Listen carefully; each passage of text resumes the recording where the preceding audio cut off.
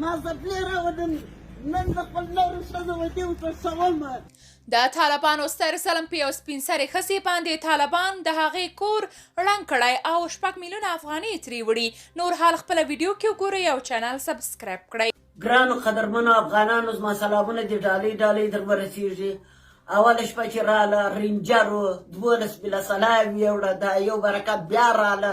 دروازه یې راڅخه وټکل دروازه مو ورته خلاصه کړه راله په کور راننوتل سپین پورینر موټر شخصي په 100,000 ډالر مې اخیستی و د تابین د شورمه څخه او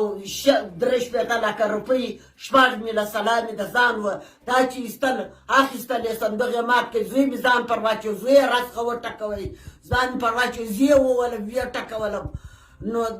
پر ما باندې خوارۍ اریانۍ راویستلې د انوارۍ کلپکان یې ګرده راڅخه مات کړه او نه یم خبر چې طالب ما سره څه مدعا لري. زه چې جنګېدلم زه پر سرحدو خپل پر خاورې جنګېدلم په ارزن تار پاکستانیانو زما پر سینه تېر کړی و.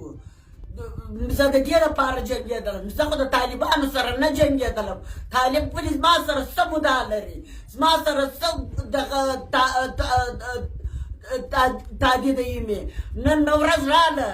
زما اولې چپه کړه کرول روپۍ مې پر ولاړې او سپین ږیری هلته پر سړک باندې ولاړ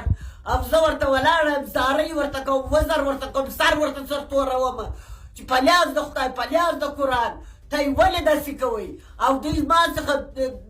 د هغه انتقام اخلي د هغه انتقام اخلي که نن ورځ یم زه طالب ته لا صبرم که سبا یم زمرمه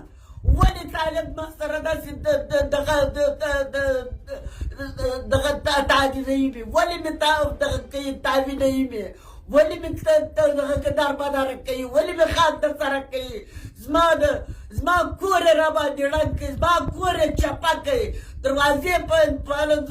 دروازه په موټر چپه کړم د موټر مخ ته ودرېدلم په موټر یې لاندې کولم دا مسلماني ده دا خو مسلماني نشي کېدلی. دوی ځان مسلمانان بولي مسلماني د دوی په کم ځای کې ده داسې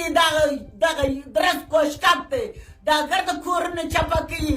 دا ګرده کورونه دوی ړنګوي دا نن و سبا د دیو د لاسه رنګ. تاسو د طالبانو د دغې کړنې په اړه څه نظر لرئ کومنټ کې شریک او چینل سبسکرایب کړئ.